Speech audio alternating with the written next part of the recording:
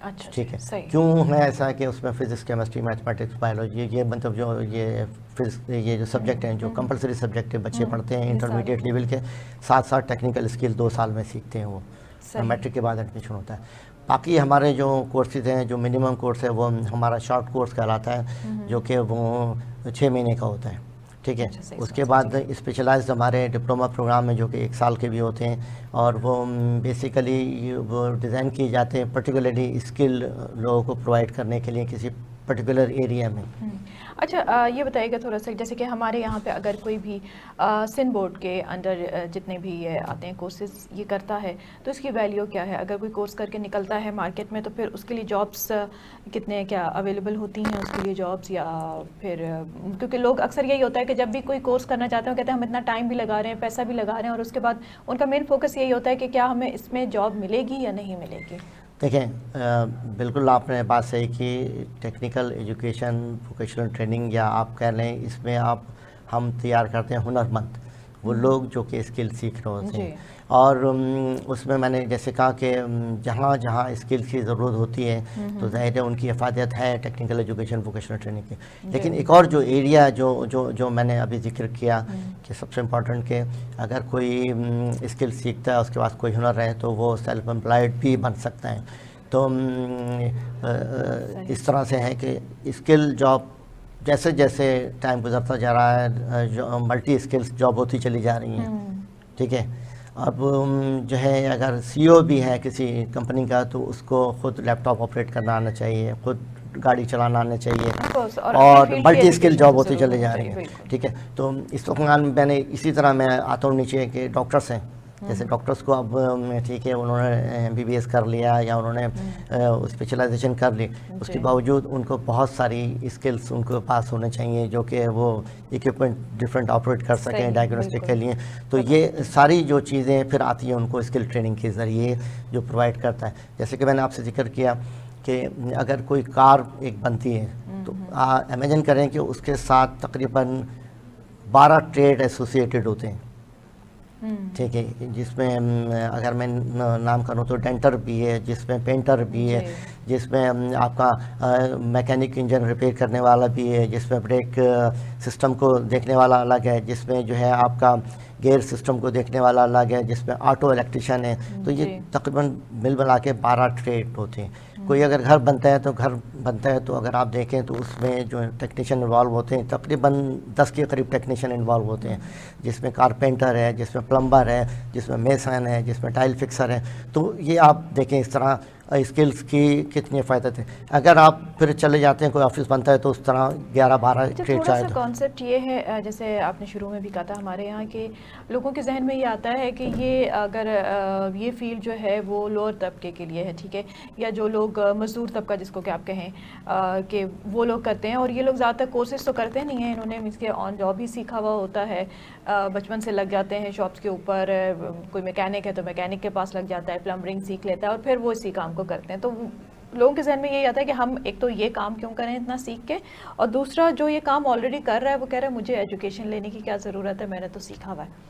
تو یہ کانسیپٹ یہ تھوڑا سا لوگوں میں چینج کیسے کیا جا سکتا ہے؟ دیکھیں ایک بات بڑی سی آپ نے بات کی کہ لوگ جو ہیں استاد شاگردگی سسٹم میں شاپ سے کام کر کے سیکھ لیتے ہیں اسکل آ جاتی ہے. لیکن دیکھیں آج کل کے دور میں اگر آپ کے پاس اسکل ہے اور اگر سرٹیفکیٹ نہیں ہے تو اس اسکل کی امپورٹنس ختم ہوتی چلی جا رہی ہے. کیونکہ اب جو انٹرنیشنلی اگر آپ کہیں بھی جاب پہ جاتے ہیں کہیں بھی ایون یہ کہ پاکستان میں بھی کہیں جاب کرنی ہے تو سرٹیفکیٹ ضرور آپ سے مانگا جاتا ہے. ٹھیک ہے. اور ایک تو یہ ہمارے جو لوگ ورک پلیسز کہوں گا میں جہاں سیکھتے ہیں یقیناً بہت اچھے ماہر ہوتے ہیں ایکسپرٹ ہوتے ہیں اپنی فیلڈ کے. لیکن ایک تو یہ کہ اکثر بیشتر ان میں جو کمی بیشی دیکھی جاتی ہے وہ ورک ایتھکس کی ایشو ہوتا ہے اور ہیلتھ اینڈ سیفٹی کے ایشوز ہوتے ہیں. تو یہ جو لوگ میں کہوں گا انفارمل سیکٹر کے لوگ جو ہیں تو اسکل ان کے پاس ہوتی ہے لیکن ان کے پاس سرٹیفکیٹ نہیں ہوتی. تو اب جو ماڈرن کانسیپٹ آیا ہے ٹیکنیکل ایجوکیشن ووکیشنل ٹریننگ کا دنیا میں ری شیپ ہو گئی ہے. وہاں پر national vocational qualification framework introduce ہو گیا ہے.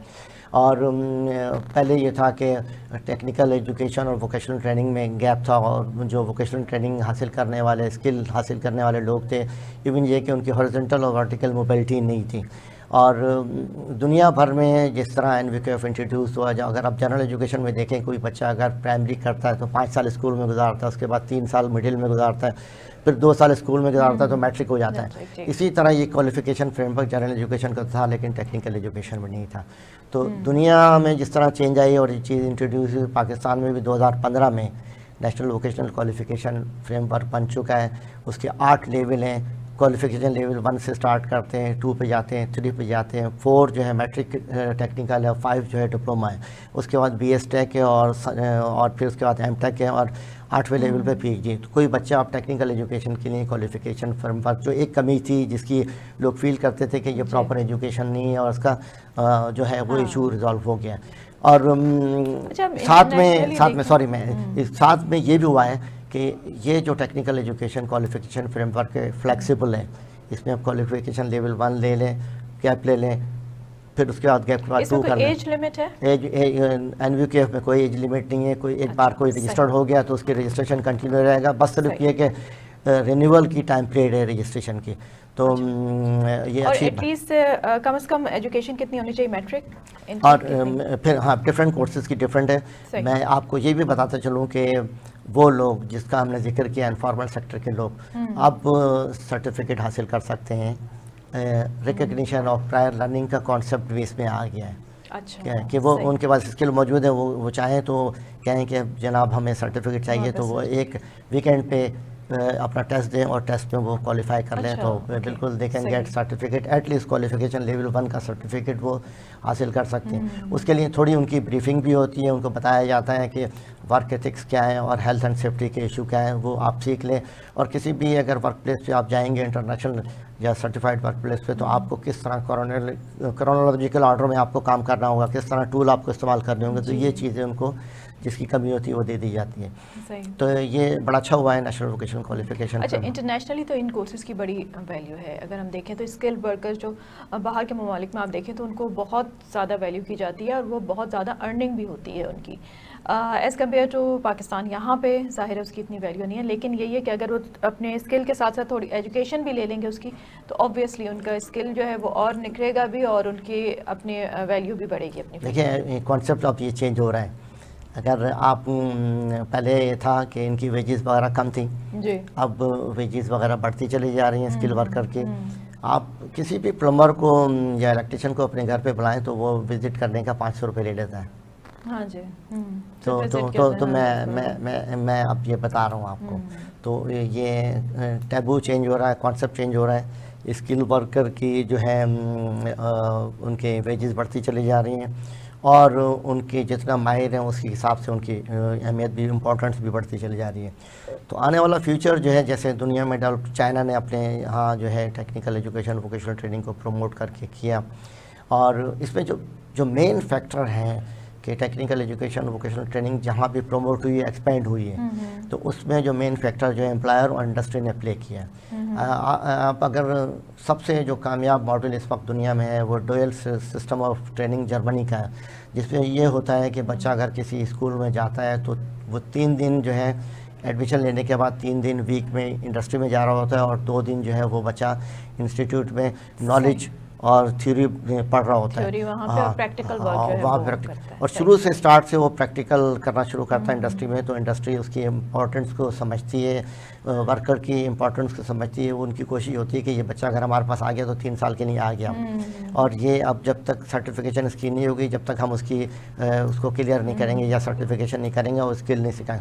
تو وہ کیا کرتے ہیں کہ جلد سے جلد چاہتے ہیں کہ یہ اس کو اسکل سکھا دیں اور پھر وہ بچہ ان کے لیے پروڈکشن دے رہا ہوتا ہے جب تک پڑھ رہا ہوتا ہے. تو انڈسٹری اس بات کی افادیت کو سمجھتی ہے اور بڑا اچھا سکسیسفل ماڈل ہے. اس میں یہ بھی ہو رہا ہے کہ جو بچے اپنی ایجوکیشن کے دوران اسکل میں ماہر ہو جاتے ہیں، ایکسپرٹ بن جاتے ہیں، انڈسٹری سمجھتی ہے ان کو، جو ان کے پاس گیپ ہوتا ہے یا جابس ہوتی ہیں تو اپنے ہی لوگ رکھ لیتی ہیں. لیکن جو بچے رہ جاتے ہیں وہ بھی اس قابل ہو جاتے ہیں کہ وہ یا تو سیلف امپلائڈ بن جائیں یا پھر یہ کہ ان کو جاب پاس آ جاتا ہے. اچھا ڈاکٹر صاحب یہ بتائیے گا کہ ہمارے یہاں جیلوں میں بھی اس طرح کے کورسز جو ہیں کرائے جاتے ہیں. آپ نے کوئی انٹروڈیوس کرائے تاکہ جیل میں جو قیدی ہیں وہ اگر کچھ سیکھ کے وہاں سے نکلیں تو باہر آ کے وہ جو ہے سوسائٹی کا ایک وہاں پہ کچھ اپنا رول پلے کر سکتے ہیں. بڑا زبردست بات کی آپ نے. اور ہمارے یہاں جیل میں ووکیشنل کورسز کرائے جاتے ہیں جس میں کمپیوٹر کے کورسز ہیں, جس میں اور جو ہے ہنر ان کو سکھائے جاتے ہیں. ٹھیک ہے, اب بات اتنی سی ہے کہ ٹیکنیکل ایجوکیشن ووکیشنل ٹریننگ کے حوالے سے ان کو کوئی ریلیکسیشن ان کی جو ہے وہ قید میں نہیں ہوتی. میٹرک لیول پہ یا انٹر لیول پہ تو ہوتی ہے. تو ہم اب اس پہ کام کر رہے ہیں انشاءاللہ کہ جو national vocational qualification frame work بنا ہے, تو اگر کوئی قیدی اگر جیل میں ہے, پریزن میں ہے, اور پریزنر جو ہے اگر سیکھ لیتا ہے کوئی ہمارا کوالیفیکیشن لیول 1 کا, تو اسے ایک تو یہ کہ اس کے پاس ہنر ہوگا, وہ ایک اچھا معاشرے کا شہری بن سکے گا باہر نکلنے کے بعد.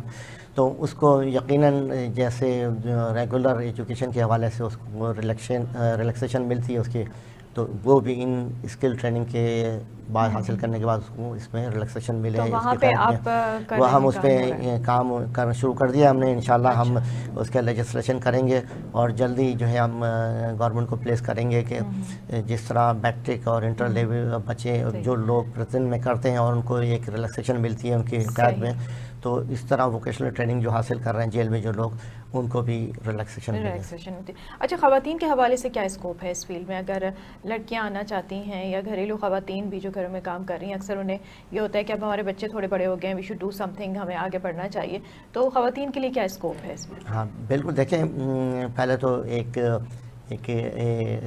طرح سے ایک امیج بنا ہوا تھا کہ اگر کسی نے سیکھنا ہے ووکیشنل کورس تو بیوٹیشین کا کورس سیکھ لے, ٹھیک ہے نا, یا گارمنٹس کا اسٹچنگ کا سیکھ لیں.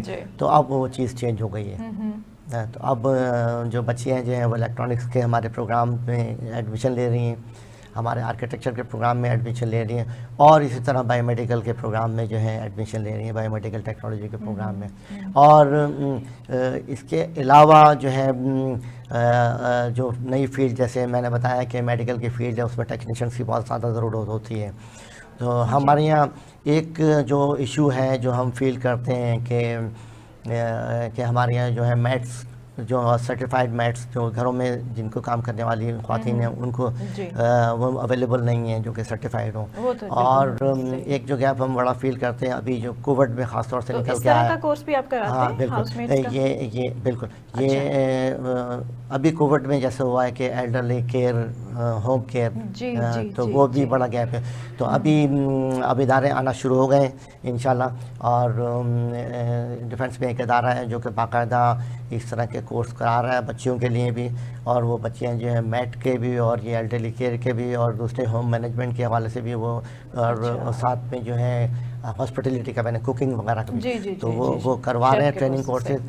ان بچیوں کو یا بچوں کو وہ جو ہے لوگ جو ہے ان سے لے رہے ہیں, کیونکہ ایک تو یہ ہے کہ یہ بچے جو جب جاتے ہیں ان کے ریفرنس سے کسی جگہ پہ, تو ایک تو یہ ہوتا ہے کہ فیملی کو سیکیور فیل کرتی ہے کہ یہ جو بچہ سرٹیفائڈ ہے یا بچی سرٹیفائڈ ہے. ساتھ میں سیکیورٹی کا ایشو بھی نہیں ہوتا کہ وہ ساری چیزیں ڈاکومنٹ کریڈینشیل جو ہے مینٹین کیے جاتے ہیں. تو یہ بڑا اچھا کام شروع ہوا ہے, اور میں سمجھتا ہوں کہ ہمارے یہاں اسکل ورکر جو ہیں ان کی امپورٹنس بہت زیادہ ہے, خاص طور سے مڈل ایسٹ میں. ہمارا جو میجر کنٹریبیوشن ہے جو ہمارا ورکر لے کے آتا تھا جو ریمیٹنسز, لیکن اب مڈل ایسٹ گلف کنٹریز میں اور سعودی عرب وغیرہ میں, لیکن ایک ایشو یہ ہے کہ ڈپورٹ ہمارے لوگ ہونا شروع ہو گئے. اس کی وجہ یہ ہے کہ اسکل ہونے کے باوجود ان کے پاس سرٹیفکیٹ نہیں ہے.